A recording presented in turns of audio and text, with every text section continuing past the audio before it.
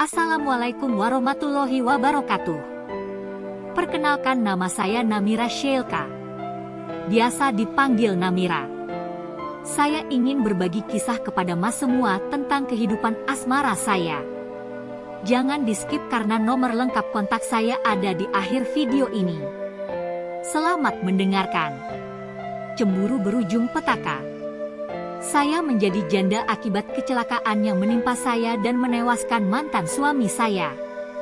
Singkat cerita, kami menikah tahun 2016. Kehidupan kami sangat bahagia, terlebih di tahun yang sama perkembangan perusahaan kami semakin meroket. Usaha-usaha dan bisnis kami melambung tinggi. Tahun penuh keberkahan di dalam hidup kami. Tak terasa ternyata sudah 4 tahun kami menjalani hari-hari dengan kebahagiaan. Pada tahun 2020, tiba-tiba saja bisnis kami mulai menurun. Para pemegang saham mulai memutuskan kerjasamanya kepada perusahaan kami, sehingga membuat kami mengalami kerugian dalam jumlah besar dan bangkrut. Semua karyawan-karyawan kami PHK, dan bahkan ada yang sudah jauh-jauh hari mengundurkan diri. Kami terpuruk. Dengan berat hati, kami menjual berbagai properti untuk kehidupan dan mengganti hutang piutang perusahaan. Namun hutang perusahaan terlalu banyak, sehingga kami benar-benar down. Tidak sampai di situ, kami berusaha untuk mengambil hati dan meminta perusahaan lain untuk bekerja sama, tetapi semuanya menolak. Akhirnya pada bulan Mei 2020, ada satu perusahaan yang ingin mengajak saya untuk bekerja sama. Dia mengundang saya untuk datang ke kantornya. Saya datang sendirian saat itu, tanpa pikir panjang dan to the point. Dia mengajak saya untuk bekerja sama tapi dengan syarat saya harus menceraikan mantan suami saya dan menikah dengannya. Saya kaget, ternyata dia menyukai saya. Saya pun menolak dan memilih untuk pergi. Dia mengatakan akan memberikan saya kesempatan jikalau saya mau mempertimbangkan tawaran itu. Sesampainya di rumah, dengan raut wajah bahagia dan berbinar, mantan suami saya menanyakan perihal kerjasama itu. Saya menjawabnya dengan apa adanya.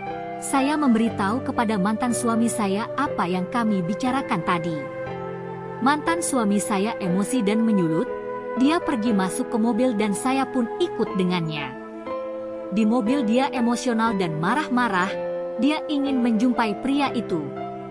Mantan suami saya melaju dengan kecepatan yang sangat cepat.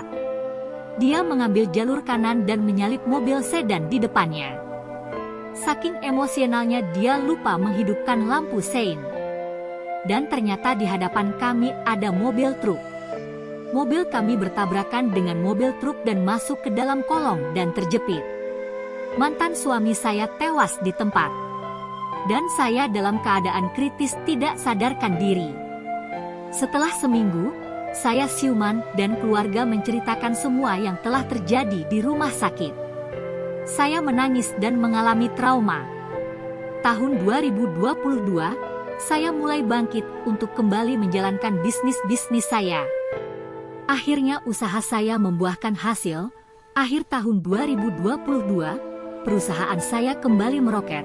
Bisnis saya kembali berjaya dan para pemegang saham 2 kali lipat mengajak kerjasama dengan saya.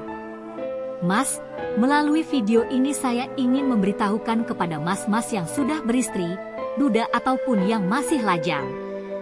Tidak peduli pekerjaannya, bakalan saya terima. Jika mas berniat ingin mengenal saya lebih jauh lagi, mas bisa menghubungi Larissa Kamelia, agar kita bisa saling mengenal. Sebelum itu, mas boleh subscribe, like dan komen dulu video ini ya.